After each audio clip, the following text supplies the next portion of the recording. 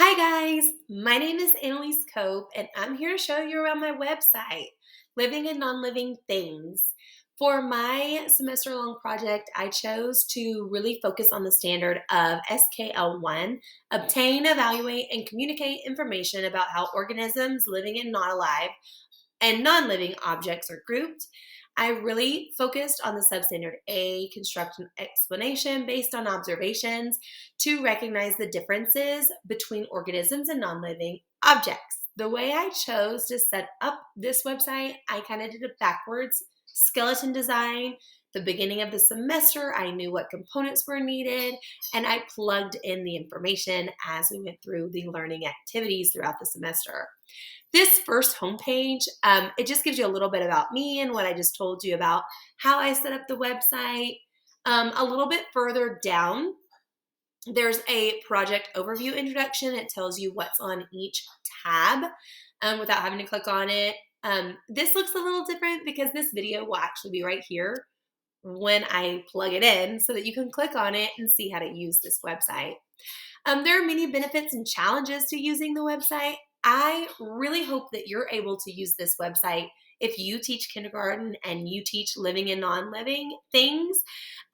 There's so much information that is on this website, different ways to enhance your content knowledge, different materials you can use. I have an e-module that you can use with the lesson plan and the books that I read with it. I've got a couple of different resources, different websites that you can click on and go visit, like Nearpod and Generation Genius. I've got a virtual field trip that's really fun. So I really hope you're able to just dive in deep to this website and find something you can use to teach in your classroom. There are also challenges though. Like I said, there are a lot of resources and they might be new to you. I encourage you to just really try them.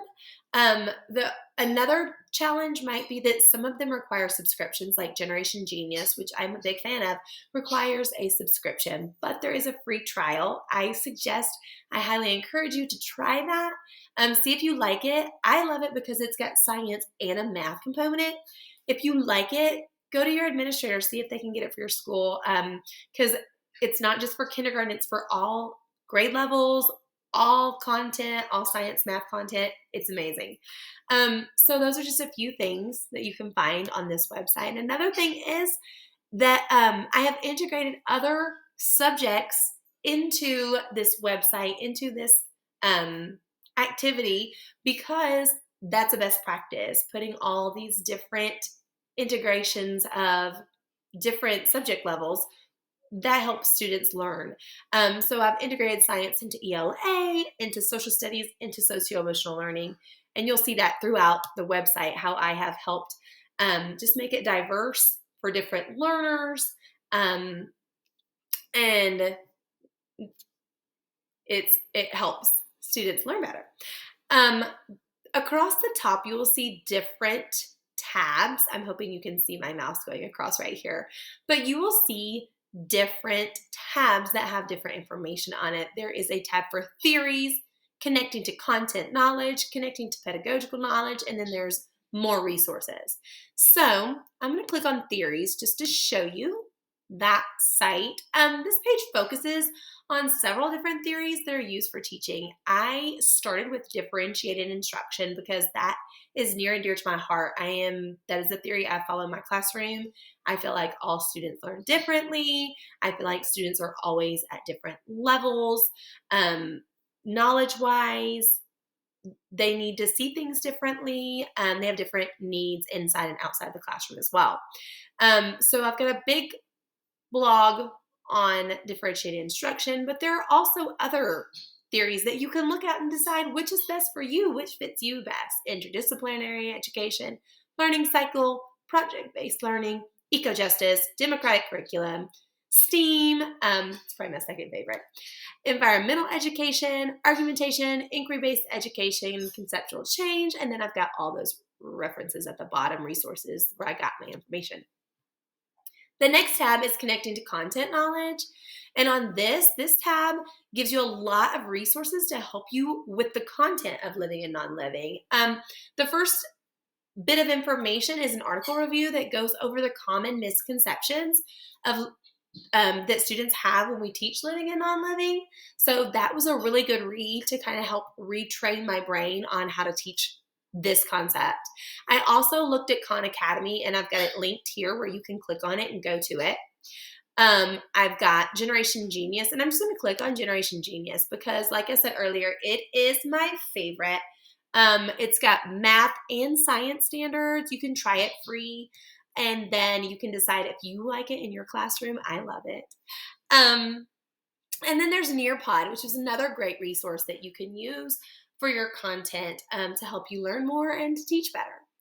I also have a Connecting to Pedagogical Knowledge tab, and on this page you will find many different things. You'll notice my narrative up here that help you teach. I've developed an e-module that you could teach in your classroom, or if you needed to do distance learning, there's a lesson plan, and you can click on this and it will send you to the lesson plan. It gives you the full access to that that you can look at, and you can just see what I did, how I connected the 5 E's to help you teach that standard of living and non-living.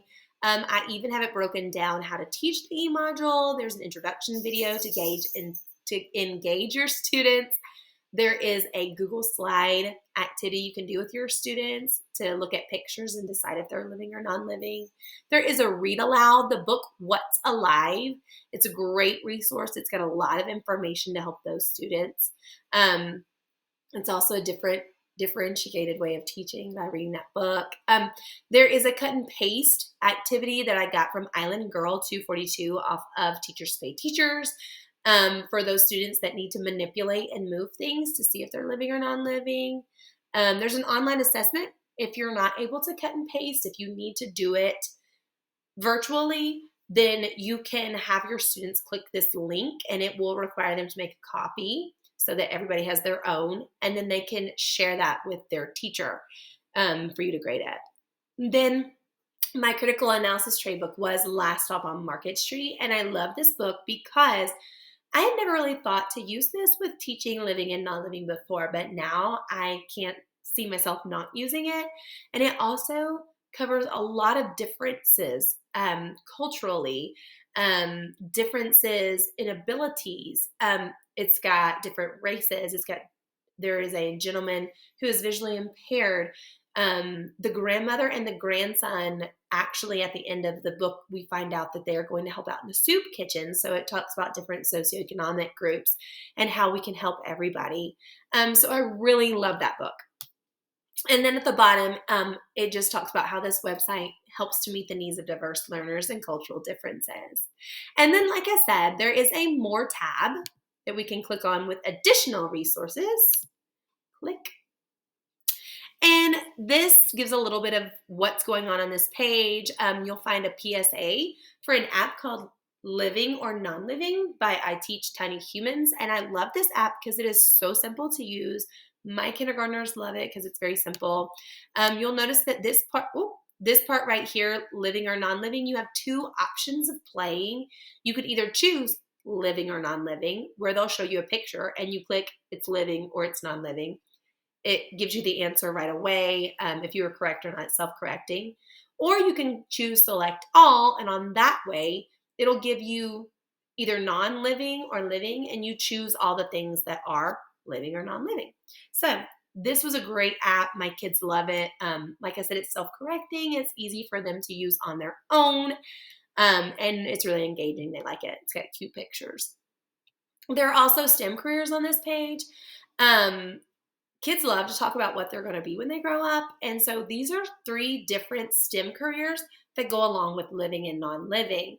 The first 2, marine biologist and plant biologist, deal with the living side of the standard. And I've got several facts about what those different careers are, and a little bit of information about how they connect back to the standard. And then to go with the non-living side, we have a geologist that talks about the rocks and minerals in the earth. And I've got some facts about what a geologist is and how it's connected to the standard here. And at the bottom, we have that field trip that I've been so excited about, where you can take your students on a virtual field trip right in your classroom or at their house, wherever they are, to go look at different things that are living or non-living and engage your students that way. At the bottom, I also have music because, like I said, I really love differentiated instruction and engaging all those different ways students learn. So we have a living or non-living video from Harry Kindergarten, who I love his stuff. He has a lot of science and math videos that really help to engage those kids who learn through music. But that was my website. I hope that you really enjoyed it. I hope that you're able to use it in your classroom and that it helps you engage your students on this standard of living and non-living. Have fun teaching.